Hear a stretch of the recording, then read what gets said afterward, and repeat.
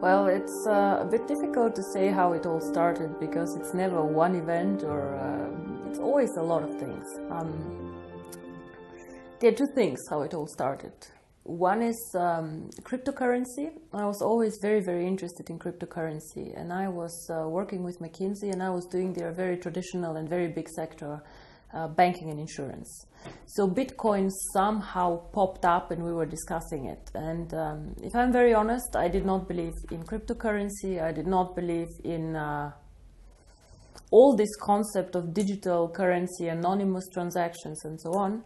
But I still was following Bitcoin. And it got more and more successful and it got more and more interesting. So in 2013, beginning of 2014, I was thinking about cryptocurrency. But I was also thinking a bit how to bring cryptocurrency to the next level, actually.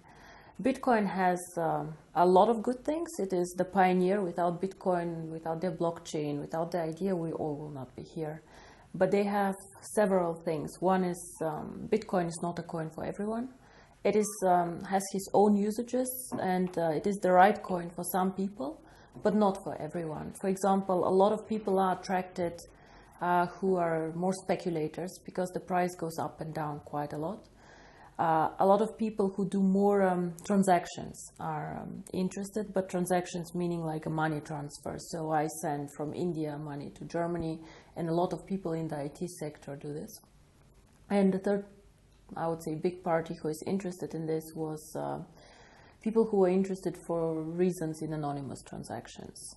So as much as we all have some need for privacy, and we all do because the world gets more and more transparent, we also need to stick to some rules, unfortunately, or fortunately, we don't know, because there have been so many things happening in the last years after Bitcoin creation, like terrorism and drugs and all these things that are difficult to manage. One of the very successful things that Bitcoin was involved in was this Silk Road merchant platform like eBay, but where you could buy things that you cannot buy legally. It was closed and eventually. So Bitcoin had very, very interesting ideas, but it was not a mass market cryptocurrency. And I thought if you simplify cryptocurrency so that everybody understands it, it could actually become something like Facebook, something like Uber. Uber is also a very interesting company, which is controversial. You know, they change the way we live, the way we use transportation, and this is changing the world of payments and of finance. So cryptocurrency, yes, was very, very clear to me, I think end of 2013, maybe beginning of 2014. And then I was thinking how to bring this to the masses. When I started thinking about cryptocurrency, my contacts were more institutional, banking clients, big private equity funds, so people who definitely could get excited about cryptocurrency. For example, Goldman Sachs are also excited about the blockchain and so on, and they can invest in it. But unfortunately, these people do not have real contacts out there, retail people like you and me. So the idea was how to bring a good concept, an interesting concept, out to the people.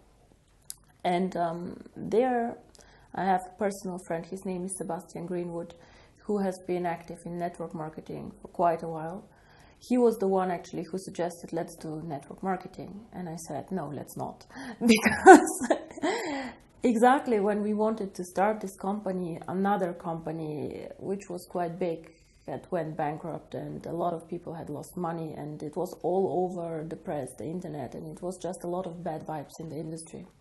So when we started, and he convinced me that network marketing might be exactly the right thing, so we said, let's do network marketing, but let's not sell the cryptocurrency, let's do an education package. There's definitely a lot of need for education, especially also in developing markets on finance, personal finance, and a lot of people who want to be successful but somehow still do not know why and how to do this. So what we did is we created the education packages and we attached to them the free mining rights. And we said, okay, if you do the education package, if you're interested in cryptocurrency, do it. Even today, not all of our people mine the coin. Some of them just do the education package. And this is actually how it all started. But when it all started, I remember one of our first events was in Finland, because people got very excited about this actually. I don't know how often I had to explain what is cryptocurrency, what is Bitcoin. And this was actually how it all started, end of 2014. I would say 2015 was the year where we all learned about what is cryptocurrency, what is mining, how does it actually work, so really the basics. 2016 got a bit more sophisticated, a new blockchain, new technology, and now 2017 and 2018, the next two very, very big steps are coming up, the merchants and the coin going public.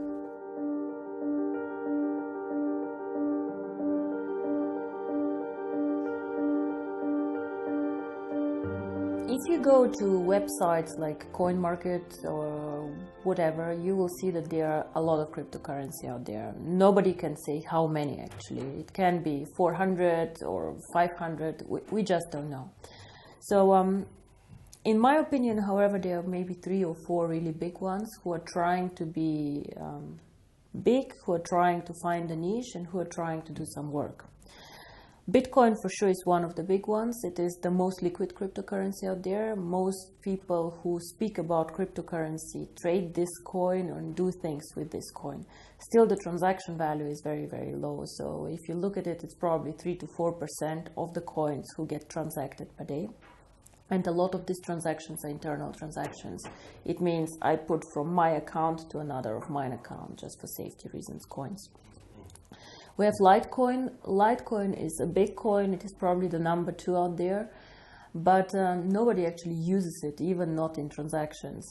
So what happens is I see new coins coming mainly from the IT sector popping up, and most of these coins are done because somebody finds out something interesting in the code. So they code something where you can do something on the blockchain or new usages of the blockchain. Ethereum, for example, it's actually not a real cryptocurrency. What they try to do is they try to provide a blockchain where other people can use. So I think there's still no coin out there which is targeting the mass market. And I believe this is the case because the community of cryptocurrency is a bit arrogant. Yeah? So they are for sure very knowledgeable people, very smart guys, most of them with very heavy IT background. A lot of them also believing in this theory of, I would not call communism, but we should give something to the public, we should share it all and then see what happens. Nothing bad with this, but if you put something out there and give it for absolutely free to the people, you have no money to invest in infrastructure, you have no money to invest in a brand, and you somehow have to trust it that it will move in the right direction. So for sure they cannot invest in events like we do, they cannot invest in education, they cannot invest in a strategy. So I think what is unique about OneCoin.1 is we target the mass market. So we try to make the cryptocurrency as simple as we can, we try to link it to education, and we try just to be accessible for everyone. Make the mining very simple, make the usage very simple. The second thing that I believe we are unique is that we're very global. So we always try to create a currency that is present on all continents. It is not an easy task because sometimes it is much easier to be on one continent. For example, Europe, where people are very sophisticated, where they understand this, or China, where people also like a lot of digital currencies. But still, we believed from the beginning, if we want to be the future of payments, if we want to do transactions, we have to be also in Africa, we have to be in India, we have to be in Latin America. So this is very, very important for us. And the third thing that I believe is very, very important is we are one of the few cryptocurrencies that focus on usage. And I don't mean usage of the blockchain like others, like Ethereum, but I mean usage by people. Because cryptocurrency itself has no real value. It is just an algorithm, it is just a digital number that you have. Unless you put something behind. Something can be a brand, but something can be also the usability. What we want to do with OneCoin is we would like to be the first choice for merchants. We want to create something like PayPal, saying it very, very simply, but in the cryptocurrency world. And we all know how simple PayPal goes. You just press a button and you send from A to B money. For the merchant, it's quite expensive, but it's very simple. You know, you join a big network and you just can take money in from all over the world. I can send money to Australia today if I decide to, and it's very, very simple. So for us, this is also why we did the changes on the blockchain. We decided to make it a very fast blockchain, so it runs every minute. In average, this means that every 30 seconds your transaction gets approved, because you do not, you join like within the block running, and it is as fast as Visa and MasterCard do transactions. I believe that this is also something very, very unique. I have not seen any cryptocurrency focusing the strategy on merchants. Most of them are speculator currencies, and whenever you have high volatility, it means the price going up and down very, very quickly and fast. It is bad for you as a merchant. Why? Because you want to take the money that you want. You want to sell a service for €100. So you would like tomorrow to have the €100 too, and not to have €90, 110. Of course, you're happy if you have the 110, but it can go both ways. So as a merchant, you want to be sure you will receive what you advertised as a price, and this happens only if the cryptocurrency does not move too fast and too much.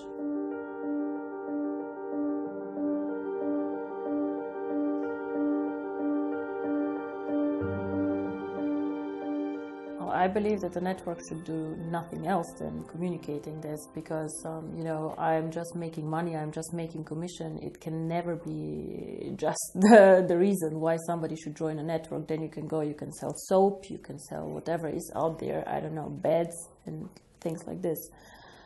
I think understanding cryptocurrency is actually the key, and this is something that I wish for on the events to happen more. I have been, unfortunately, to some events myself where I was listening for an hour and I had no idea what this company does.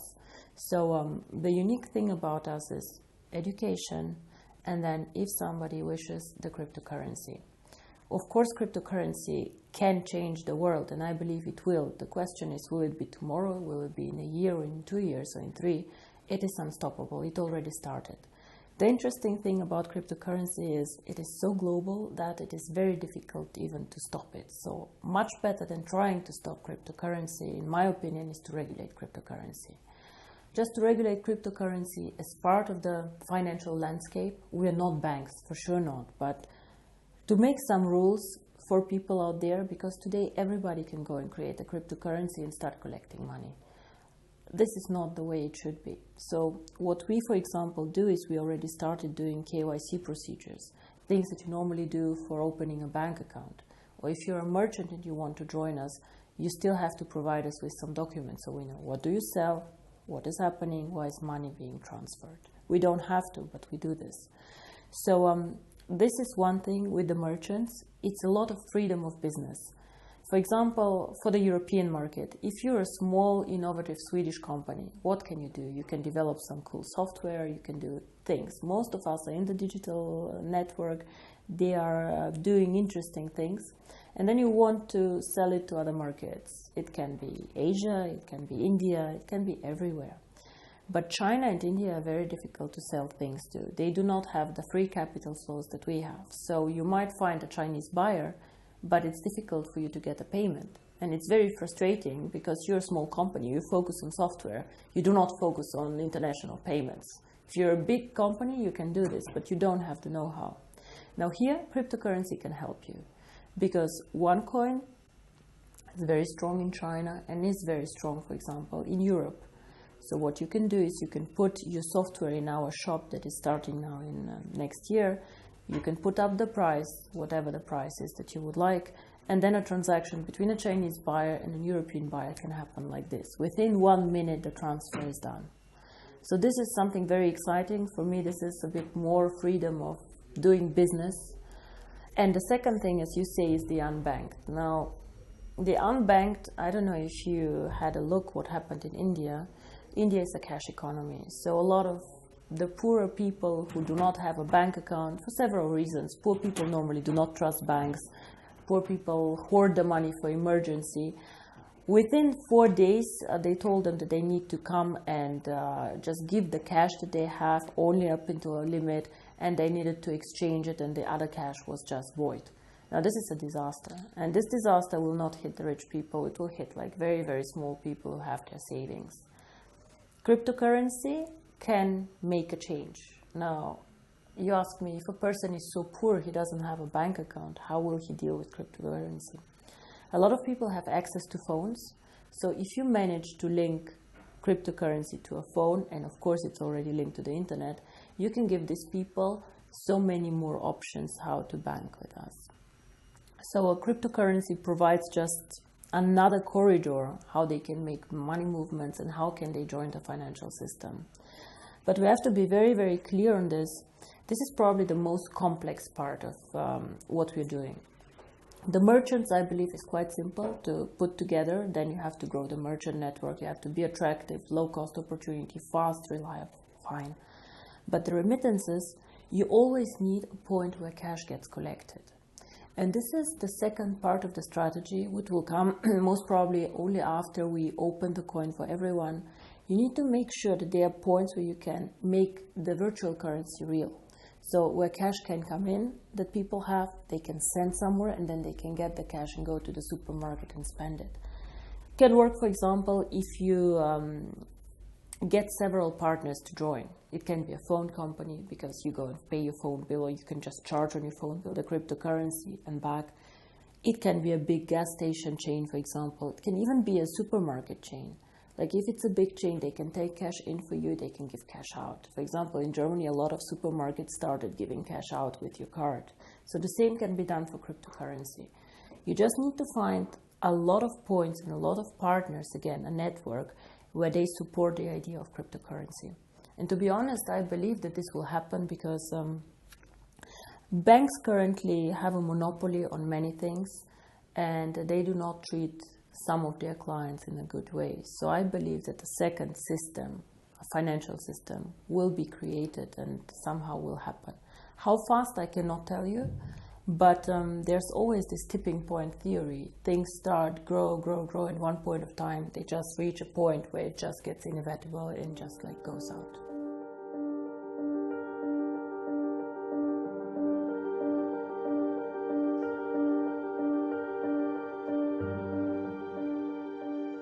On the One Life network, some of their main concerns is this a Ponzi scheme. And when you have a digital product that you cannot touch, like an education package, of course, people are more skeptical.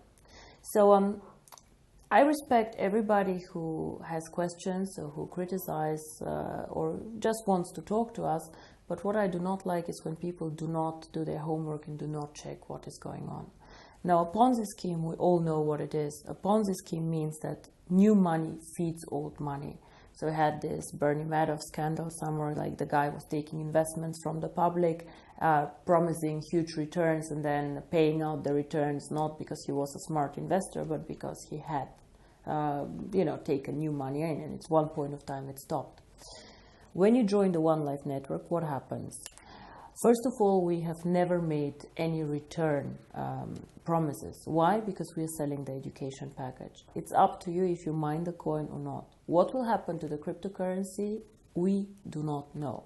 And this is a very, very clear statement. Cryptocurrency is one of the most risky asset classes out there. Nobody knows what will happen. It can go through the roof, but it also can not go through the roof. So both is possible.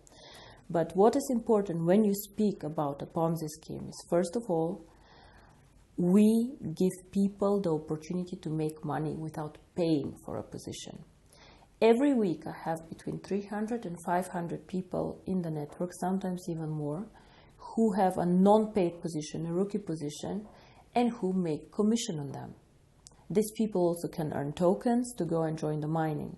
So, of course, it's not a Ponzi scheme if I let you work for free and let you make money making for free. I'm paying you, you don't pay me, point one. And the second point, which is very important, as I said, is fresh money feeding old money. Now, why and how am I obliged as a One Life network to pay you? I'm obliged to pay you only a commission when you earn it. And you earn the commission only by making a sale. So only if you go and you sell a package, I am obliged to pay you.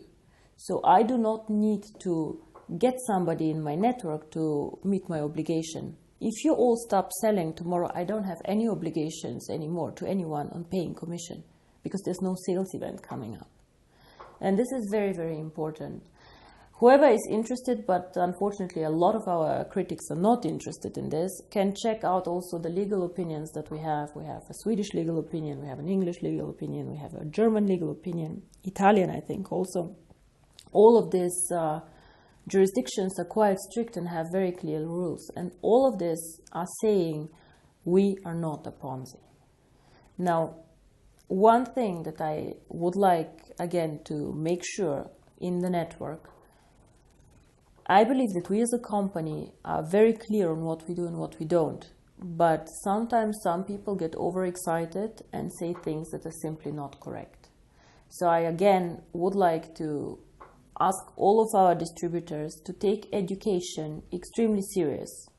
Educate the people that go out there, educate the downline and the distributors, so that the information that we provide to new people is correct. Because I believe our company and our product is exciting enough. We don't need to be selling so hard and saying things that are not correct. If you present the project in the right way, and if you present the stages that we go through, if your people are encouraged to go through the education, it is much easier for all of us, because we then understand one coin as a cryptocurrency needs to go through stages. It is for sure not get rich in 90 days thing, and I really do not want people to market this like this. Sometimes, all this, how we're portrayed by the media, is our own fault. A lot of things that the media write is distributor X said that, and even if distributor X said something wrong, I cannot attack this and I cannot get a lawyer to go against this because he really said this. And this is very frustrating also for us as a company. So again, guys, try and get the right information, educate your downlines, and just make sure that we do the right things out there.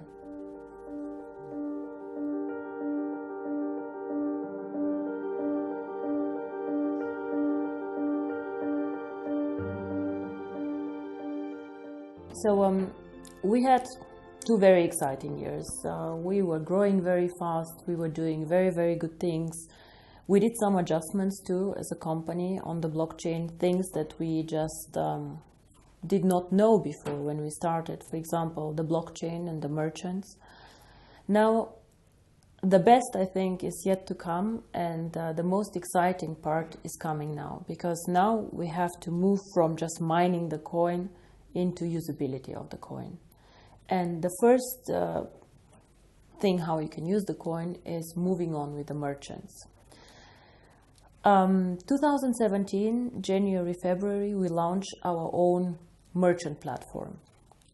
So what does this mean? As a merchant, you can join the platform for free, and you can sell your services or your products, whatever you have. You can sell it in this platform. You have access to over 12 million people there, because we have about 3 million paid accounts and about 9 million free accounts in the system. So this is a lot of people. And the good thing about these people is the paid accounts, these are people who have for sure money and who are interested in buying things online. So you can join as a merchant for free. And for example, I don't know, if you have a flower shop, you can say, okay, this is a voucher for my flower shop. It is worth €100. You can come any day and join me. Groupon, for example, does things like this. However, they force the merchant to do a 50% discount on whatever they sell so that they are attractive. And the fees that the merchant pays are very high. So in the end of the day, they're only 20% maybe staying with the merchant.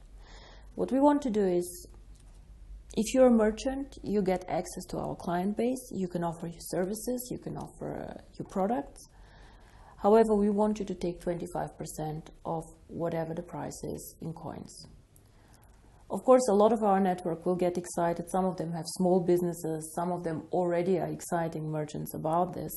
So these people can join the network of stores, the network of people, and so on. So We will also incentivize the members to bring in merchants. The liquidity of the coin currently is still low. So this means that you cannot liquidate all of your coins tomorrow before going public. This is why we will give the merchants the option to take up to 75% of the price in cash. If you're a merchant, if you want 100% in coins, you can. Yeah, but if you just want 25% in coins, you also can. However, what we will do as a company, we will pay a BV value on the cash payments. Why do we do this? Because first of all, the more good merchants we get, the better for the coin value. And of course, we want this coin to be very, very successful and to get good merchants. We said, I think in Bangkok, we said 10 million users, 1 million merchants, and hopefully one day 25 euro for the coin value. But I do not want to have 1 million bad merchants. I want to have, even if it's just 100,000 merchants, but really good merchants where people get excited to use them. And I believe that in incentivizing our distributors who attract merchants for the network on the volume that the merchant makes is the right thing to do. Because it's so easy for me to sign up. I can sign up today 100 people, 100 merchants. If their products are too expensive, not attractive, bad quality, no point. So it's again, we trust each other as a network. We want the best for the network, and this is how we want to grow as a network. And of course, it's very nice for you as a merchant. You know, you put the OneCoin sign on your door. I accept OneCoin. People maybe come and ask you, what is OneCoin? I want to know more about it. Then the merchant can go and say, okay, this is an education package. If you want, please have a look. And again, the network wins from this. So 2017, to get back to your question, for me is the year of the merchants, while 2018 is then the year where the coin has to go public.